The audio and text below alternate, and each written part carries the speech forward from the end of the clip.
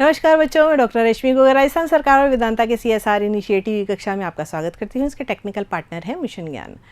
बच्चों, हम पढ़ रहे थे मानव का उत्सर्जन तंत्र और हमने बात की थी इस बारे में कि किस तरह से अमोनिया के रूप में अपशिष्ट पदार्थ बाहर निकलते हैं, यूरिया के रूप में बाहर निकलते हैं, यूरिक एसिड के रूप में बाहर निकलते हैं। उन जंतुओं के बारे में भी बात की थी, है ना। अमोनोटैलिक जो हैं वो जो निम्न श्रेणी के जंतु हैं, जैसे पॉरीफेरा के हैं, एनालिड्स हैं, कुछ जैसे अमीबा है, युग्निल्डा है, पैरामीशियम है, ये कैसे होते हैं अमोनोटैलिक, यानी अमोनिया के रूप में अपशिष्ट पदार्थ बाहर निकालते हैं।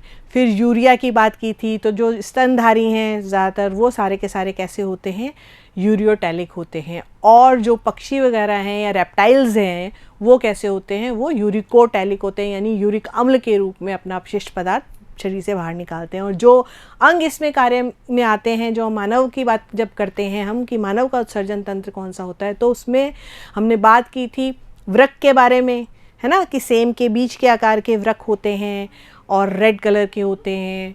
ठीक है, एक जोड़ी होती है, यानी दो वृक्क होते हैं, उनमें से क्या निकलती है, मूत्रवाहिनियाँ निकलती हैं।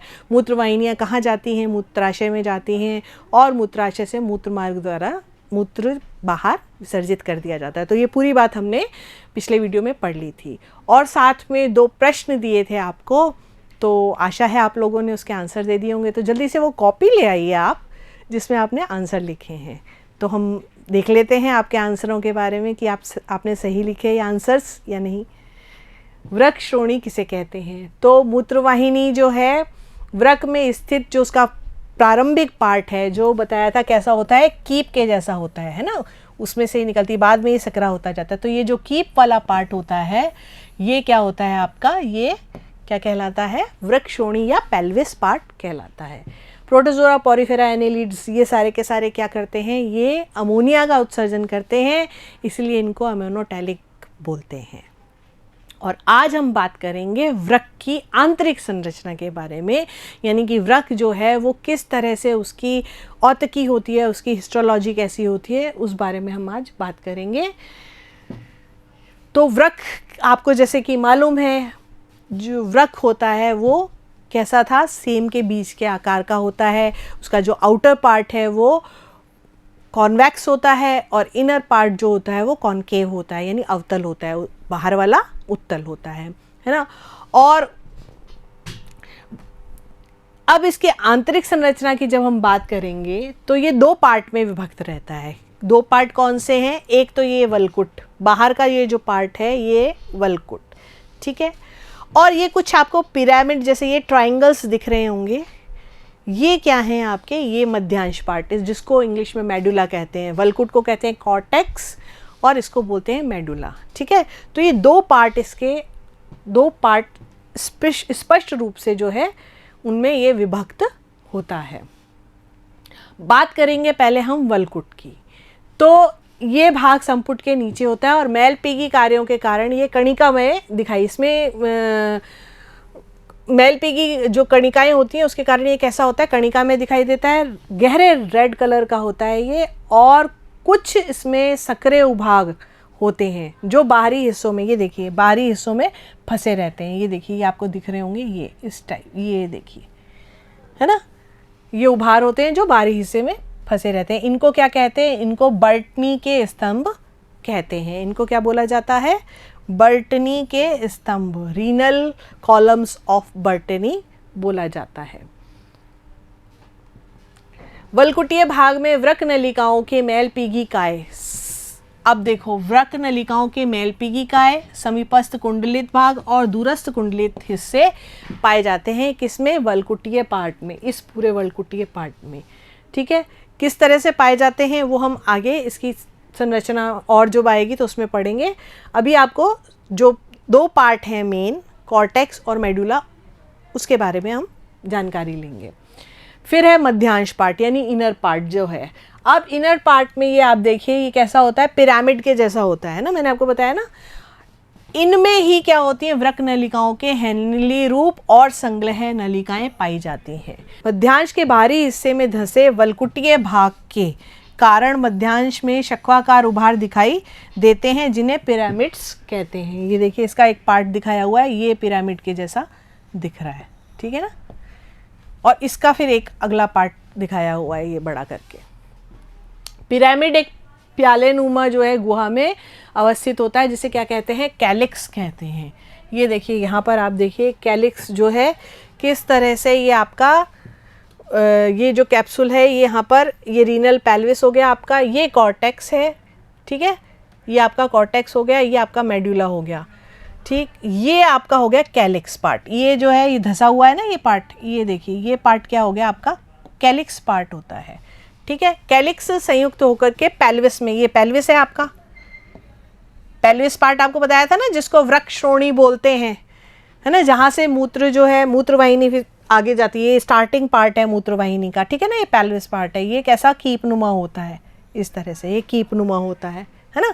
तो ये पेल्विस पार्ट जो है ये कहाँ खुलता है, कैलिक्स का संयुक्त होकर के कहाँ खुलता है, पेल्विस पार्ट में खुलता है। पेल्विस कीपाकार होता है जो कहाँ खुलता है फिर आगे मूत्रवाहिनी में, ये क्या है आपकी मूत्रवाहिनी, ठीक है। इस तरह से ये संरचना बनी हुई होती है। तो आप देखिए कितनी इंटरेस्टिंग बात है कि हम हमारे अंदर जो हमारे शरीर के अंदर वृक्क हैं हम उनके बारे में बात कर रहे हैं, वो किस तरह के होते हैं, है ना। तो ये बहुत जी जानकारी अपने लिए जानना भी बहुत ज़रूरी है, पढ़ाई के लिए तो आपको जाननी चाहिए, स्वयं के लिए भी जानना ज़रूरी है। वृक्क नलिकाएं या नेफ्रॉन की संरचना, जो अभी मैं बात कर रही थी नेफ्रॉन की बात कर रही थी कि ये पूरा एक पार्ट क्या कहलाता है, नेफ्रॉन कहलाता है। ये वृक्क की संरचनात्मक और क्रियात्मक इकाई है। अब देखिए कितनी इंपॉर्टेंट बात है कि ये वृक्क की क्या है, संरचनात्मक और क्रियात्मक इकाई हैं, यानी संरचना भी बनाती हैं और क्रिया में भी यही काम में आती हैं। तो मनुष्य के प्रत्येक वृक्क में सामान्यतः कितनी 10 से 12 लाख, सोचिए आप 10 से 12 लाख महीन लंबी और कुंडलित नलिकाएं पाई जाती हैं, जिनको क्या कहा जाता है, नेफ्रॉन्स या वृक्क नलिका। ये इस तरह की होती हैं, ये आपको चित्र दिख रहा है ना, ये एक नेफ्रॉन का चित्र है। तो ऐसी 10 से 12 लाख नलिकाएं जो हैं पाई जाती हैं। इनमें क्या होता है, मूत्र का निर्माण होता है। मूत्र में नाइट्रोजनी पदार्थ घुले रहते हैं। मानव शरीर में पाई जाने वाली प्रत्येक वृक्क नलिका जो है वो कितने पार्ट में बटी हुई है, 6 पार्ट में ये बटी हुई है। कैसे बटी हुई है, देखिए सबसे पहले है आपकी मैलपीगी बॉडी, ठीक है, फिर उसके बाद है आपकी ग्रीवा, ये हो गई आपकी ग्रीवा, फिर है समीपस्थ कुंडलित नलिका, ये हो गई समीपस्थ कुंडलित नलिका, ये आपको दिख रही है ये कुंडली के जैसी, है ना, ये कैसी है, समीपस्थ कुंडलित नलिका। फिर ये देखिए ये इस तरह से ये ऐसे जाती हुई, ये दूरस्थ, इससे दूरस्थ, है ना, ये इसके समीपस्थ है ग्लोमेरुलस के, ये ग्लोमेरुलस होता है, ये इसके अंदर कोशिका गुच्छ होता है, ठीक है, और ये अभिवाही धमनी है, ठीक है, और ये बन रहा है हेनले का पाँच, ये देखिए हेनले का लूप क्या बन रहा है, ये जो बन रहा है ये दैट इज़ कॉल्ड, ये यहाँ से यहाँ तक ये क्या है, ये लूप बन रहा है ना, इसको क्या बोलते हैं, इसको हेनले का लूप बोलते हैं। और फिर दूरस्थ कुंडलित नलिका हो गई, और संग्रह, ये वाली जो नलिकाएं होती हैं डक्ट्स, ये कलेक्टिव डक्ट्स कहलाती हैं, ठीक है, ये संग्रह नलिका होती है। तो इस तरह से ये 6 पार्ट में विभक्त होती है। अब मैलपीगी काय की बात करते हैं। तो मैलपीगी काय में क्या क्या होता है, एक होता है बोमन संपुट और दूसरा केशिका गुच्छ, है ना, ये 2 पार्ट में विभक्त होता है। कैसे होता है ये देखिए यहाँ पर, ये तो हो गया आपका बोमन संपुट, ये कप के जैसी संरचना दिख रही है आपको, ये कप के जैसी संरचना, ये तो है आपका बोमन संपुट, और इसके अंदर जो है पार्ट वो क्या होता है, वहाँ पर केशिका गुच्छ होता है, इसको कहते हैं ये जो होता है ये पार्ट इसको कहते हैं ग्लोमेरुलस, ठीक है, ये अभिवाही धमनी है और ये अपवाही धमनी है, और ये दूरस्थ कुंडलित नलिका है, ठीक है, ये समीपस्थ कुंडलित नलिका है। ये पूरा का पूरा जो पार्ट है ये क्या कहलाता है, मैलपीगी काय कहलाता है, बोमन संपुट या इसको मैलपीगी काय। इसकी संरचना कैसी होती है, पहले नुमा होती है, और इसमें क्या घुसा हुआ होता है, इसके अंदर केशिका गुच्छ जो है वो धसा हुआ होता है, और विभिन्न प्रकार की इसमें क्या पाई जाती हैं, कोशिकाएं, विशेष प्रकार की कोशिकाएं जो हैं उपस्थित होती हैं। इनको क्या बोलते हैं, पदाणु या पोडोसाइट्स कहते हैं। इन कोशिकाओं को पदाणु या पोडोसाइट्स कहते हैं। ये देखिए यहाँ पर भी एक उसका पार्ट बहुत अच्छा सा दिखाया हुआ है, ये देखिए कप के जैसे, है ना। तो यहाँ पर ये जो है ये कोशिकाएं जो हैं ये क्या कहलाती हैं, पोडोसाइट्स कहलाती हैं। जो बात पीछे अभी अपन ने पढ़ी ये क्या कहलाती हैं, पोडोसाइट्स कहलाती हैं। प्रवर्ध और रुधिर कोशिकाओं की भित्ति आपस में मिलकर के क्या बनाती हैं, ग्लोमेरुलस कला का निर्माण करती हैं। ग्लोमेरुलस कला है इसका निर्माण करती हैं। इस कला अथवा झिल्ली में अनेक क्या होते हैं, छिद्र पाए जाते हैं, छोटे छोटे छिद्र उपस्थित होते हैं, ठीक है। इन्हीं के कारण ये झिल्ली क्या होती है, अधिक पारगम्य होती है। यानी इसमें से जो आपका आगे जब हम पढ़ेंगे मूत्र किस तरह से निर्मित होता है और उसका क्षमता कैसी है, तो उसमें ये छिद्र जो है कार्य आते हैं।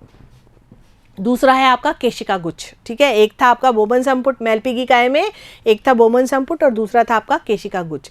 अब इस बोमन संपुट के अंदर ये क्या है, ये आपका केशिका गुच्छ है, ठीक है। केशिका गुच्छ में रुधिर लाने का कार्य कौन करता है, वृक्क धमनी की अभिवाही धमनिका, वृक्क धमनी की अभिवाही धमनिका, ये जिसको हम बोलते हैं एफरेंट आर्टियोल, है ना। और अपवाही धमनिका केशिका गुच्छ से रुधिर को क्या करती है, बाहर ले जाती है, एफरेंट आर्टियोल। इस चित्र से आपको स्पष्ट समझ में आ रहा होगा, इधर से ये देखिए तीर भी बना हुआ है, इधर से रुधिर आता है और इधर से अपवाही धमनी क्या करती है, केशिका गुच्छ से रुधिर को बाहर ले जाती है। अभिवाही धमनी का 50 शाखाओं में बट करके ये देखिए ये क्या करती है, ये अभिवाही धमनी का क्या करती है, ये देखो कितने सारी यहाँ से बटी हुई है ना, लगभग 50 पार्ट में, और ये पूरा एक गुच्छा सा बनाती है जिसको केशिका गुच्छ या ग्लोमेरुलस बोलते हैं। अभिवाही धमनिका का व्यास अपवाही धमनिका की तुलना में बड़ा होता है।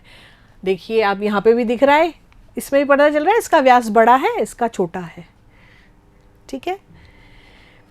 कोशिकाओं की भित्ति अथवा दीवार एंडोथीलियम से निर्मित होती है और इसमें 500 से 1000 आर्मस्ट्रांग व्यास के रंध्र पाए जाते हैं, छिद्र पाए जाते हैं। बोमन संपुट की जो एपिथीलियम और रुधिर कोशिकाओं की एंडोथीलियम संयुक्त होकर के क्या करती हैं, निस्पंदन स्तरे का यानी फिल्ट्रेशन का जो काम है वो संपन्न करती हैं। जब हम मूत्र छन्ने की क्रिया करेंगे तब हमको ये ध्यान में रखना पड़ेगा। ये क्या करती हैं, बोमन संपुट की एपिथीलियम एवं रुधिर कोशिकाओं की एंडोथीलियम, ये आपस में क्या करती हैं, फिल्ट्रेशन का कार्य करती हैं। फिर है ग्रीवा, तो ये हिस्सा बोमन संपुट के जो पीछे का पार्ट है छोटी सी सक्रिय नलिका के रूप में होता है। ग्रीवा की भित्ति कैसी होती है, रोमाभी उपकला की यानी सिलिएटेड, इसमें छोटे छोटे से बाल के जैसी रचनाएं होती हैं, तो रोमाभी उपकला जो है उससे निर्मित होती है। फिर है समीपस्थ कुंडलित नलिका। अब समीपस्थ कुंडलित नलिका है ये आपकी, ये तो ग्रीवा थी, आपको ग्रीवा का चित्र अलग से नहीं दिखाया, ये थी आपकी ग्रीवा। अब उसके बिल्कुल पास वाली ये आपकी ये वाली क्या हो गई, ये आपकी हो गई समीपस्थ कुंडलित नलिका, ठीक है। ये नलिका घनाकार उपकला से आस्तारित होती है और इसकी आंतरिक संरचना पर ये इस तरह से क्या होते हैं, सूक्ष्मांकुर होते हैं, है ना। ये सूक्ष्मांकुर क्या करते हैं, अवशोषण, ये सूक्ष्मांकुर मिलकर के जो है आपके ब्रश बॉर्डर का निर्माण करते हैं। क्या करते हैं, ब्रश बॉर्डर का निर्माण करते हैं। सूक्ष्मांकुर आपस में मिलकर के, ये सारे सूक्ष्मांकुर हैं बहुत सारे, ये मिलकर के क्या करते हैं, ब्रश बॉर्डर का निर्माण करते हैं, ब्रश बॉर्डर जैसी संरचना बनाते हैं, ठीक है। इन सूक्ष्मांकुरों की जो सूक्ष्मांकुर जो होते हैं, इनकी उपस्थिति के कारण अवशोषण का तल, जो मैं बताना चाह रही थी आपको पहले कि अवशोषण का तल जो है वो बढ़ जाता है। और इन कोशिकाओं में माइटोकॉन्ड्रिया की संख्या अधिक रहती है और जो क्या करती है, सक्रिय अवशोषण हेतु ऊर्जा प्रदान करती है। यहाँ पे कैसा अवशोषण होएगा, सक्रिय अवशोषण होएगा, है ना। तो यानी यहाँ पर ऊर्जा जो है वो माइटोकॉन्ड्रिया यानी एटीपी के रूप में ऊर्जा जो है वो प्राप्त होगी। इस भाग में कोशिका गुच्छीय निस्पंद का 2/3 भाग पुनः अवशोषित होता है। तो ये पुनः अवशोषण की जब क्रिया हम पढ़ेंगे तो कहाँ पर होती है, वो होती है आपकी समीपस्थ कुंडलित नलिका के अंदर होती है। फिर है हेनले का रूप, इससे जस्ट आगे ये देखिए, यहाँ पे ये खत्म हो गई, अब ये यहाँ पे ये कुंडलित नलिका यहाँ खत्म हुई, इसकी आकृति नालाकार होती है। ये देखिए आपने देख ही ली, अवरोही भुजा और आरोही भुजा में असेंडिंग और डिसेंडिंग भुजा में विभक्त रहता है। समीपस्थ कुंडलित नलिका जो है कहाँ खुलती है? अवरोही में खुलती है। ये जो आपका है इसमें ये खुलती है, समीपस्थ जो कुंडलित है वो इसमें खुलती है। ये रहा आपका, ये कौन सा है? डिसेंडिंग है, ठीक है। फिर ये आपका इधर से जाके ये असेंडिंग हो जाएगा और फिर ये दूरस्थ वाली इधर आ जाएगी, ठीक है। ये देखिए ये इस पे ओवरलैप है, कंफ्यूज मत होइएगा, ये ओवरलैप्ड है ना। तो ये जो हो गई, ये यहाँ से ये समीपस्थ कुंडलित यहाँ से आ रही है और ये देखिए ये है आपकी descending, that is descending loop, और ये है आपका ऊपर चढ़ने वाला यानी असेंडिंग लूप, ये ऊपर की साइड, ये असेंडिंग, डिसेंडिंग एंड असेंडिंग, ठीक है। अवरोही भुजा शल की उपकला की होती है, से आस्तरित होती है, और आरोही भुजा दूरस्थ कुंडलित नलिका में खुलती है। ये जो आपकी असेंडिंग वाली है ये ये असेंडिंग, ये रही असेंडिंग कहाँ जा रही है? ये देखिए दूरस्थ वाली में खुल रही है, ये दूरस्थ है ना, ये दूरस्थ वाली में खुल रही है आपकी। फिर दूरस्थ कुंडलित नलिका की बात करते हैं अब। तो ये तो थी आपकी समीपस्थ, जिसको प्रॉक्सिमल हमने कहा था। ये हो गई आपकी डिस्टल, ये हो गई दूरस्थ, इससे दूर है ना, तो ये दूरस्थ हो गई। तो हेनले के रूप की जो आरोही भुजा होती है वो कहाँ खुलती है? वो आपके दूरस्थ सिरे में ये जा रही है, ठीक है, खुलती है। यह वृक्क के वलकुट भाग में व्यवस्थित होती है, जो आपका कॉर्टेक्स पार्ट है वहाँ पर होती है। यह भाग भी घनाकार उपकला कोशिकाओं से बना हुआ होता है, और दूरस्थ कुंडलित नलिका में सूक्ष्मांकुर नहीं पाए जाते, जबकि समीपस्थ में क्या थे? सूक्ष्मांकुर उपस्थित थे, अवशोषण की सतह को बढ़ा रहे थे, जबकि दूरस्थ कुंडलित नलिका के अंदर सूक्ष्मांकुर नहीं होते हैं। फिर आती है कलेक्टिंग डक्ट्स। ये जो होती हैं ये आपकी कलेक्टिंग डक्ट्स होती हैं, है ना। यहाँ पे ये दूरस्थ नलिका के बाद जो होती हैं सारी, वो क्या होती हैं? आपकी कलेक्टिंग डक्ट्स होती हैं। इनको ये एक बहुत मोटी सी अनेक संग्रह नलिकाएं संयुक्त होकर के एक मोटी सी नलिका बना लेती हैं, और इसको क्या बोलते हैं? डक्ट्स ऑफ बेलेनाई, ठीक है। ये मोटी सी नलिका बना लेती हैं, इसको क्या बोलते हैं? इस नलिका को बेलेनाई की वाहिनी बोलते हैं, है ना। ये आपका कॉर्टेक्स पार्ट, ये देखिए इतना पार्ट तो आपका कॉर्टेक्स में होता है। अब यहाँ पे आप एकदम क्लियरली समझ लीजिए, ये जो पार्ट है ये आपका कॉर्टेक्स में है, और ये पार्ट आपका मेडुला में है, ये पार्ट आपका मेडुला में है, धंसा हुआ है। ये देख लीजिए आप किस तरह से है आपका। तो आपको ये बिल्कुल अच्छी तरह से अब समझ आ गया होगा इस चित्र के द्वारा, है ना, कि ये पार्ट जो है ये तो कॉर्टेक्स में होता है, और ये पार्ट आपका मेडुला के अंदर होता है। और ये क्या है? आपकी कलेक्टिंग डक्ट जो है मिलकर के एक मोटी कलेक्टिंग डक्ट बना रही है, जिसको क्या बोलते हैं? डक्ट ऑफ बेलेनी या बेलेनाई की वाहिनी कहा जाता है। ये नलिकाएं वृक्क श्रोणी में खुलती हैं। कहाँ खुलती हैं? पेल्विस के अंदर, जो आपको बताया था कीपनुमा होती है ना, पेल्विस में खुलती हैं। पेल्विस मूत्रवाहिनी का चौड़ा कीपनुमा भाग होता है, और ये नलिकाएं क्या करती हैं? वृक्क के कहाँ होती है? पिरामिड में अवस्थित होती हैं, ठीक है, मध्यांश के अंदर, है ना, उपस्थित होती हैं, और एक स्तरीय ग्रंथिल उपकला से बनी हुई होती हैं। तो यहाँ तक आपको ये बात समझ आ गई होगी कि किस तरह से जो है आपकी मूत्रवाहिनियाँ जो हैं वृक्क के बाद, किस तरह से मूत्रवाहिनी जो है वो आगे की ओर वृक्क के अंदर जाती है ना। कीपनुमा पेल्विस से कहाँ जाती है? मूत्रवाहिनी में जाती है। और वृक्क के अंदर क्या क्या होता है? कॉर्टेक्स होता है और मेडुला होता है। और कॉर्टेक्स के अंदर आपके आधा पार्ट जो है आपके इसका जो वाहिनियाँ हैं आपकी समीपस्थ कुंडलित है और दूरस्थ कुंडलित वाहिनी है और बोमन संपुट है ना। इसका आधा पार्ट तो रहता है कॉर्टेक्स के अंदर, आधा रहता है आपका मेडुला के अंदर रहता है, ठीक है। और ये क्या है? इनको कहते क्या हैं? इनको नेफ्रॉन्स कहते हैं, है ना, इनको नेफ्रॉन बोलते हैं, है ना। अब वृक्क संपुट के नीचे वृक्क कितने भागों में विभक्त रहता है? जल्दी से ये लिख लीजिए प्रश्न 2। और दूसरा है केशिका गुच्छ का निर्माण कौन सी धमनी करती है? जल्दी से इनके आंसर्स लिखिए। आशा है आपको मिल जाएंगे जल्दी से आंसर्स। हम मिलते हैं अगले वीडियो में, तब तक के लिए नमस्ते, थैंक यू।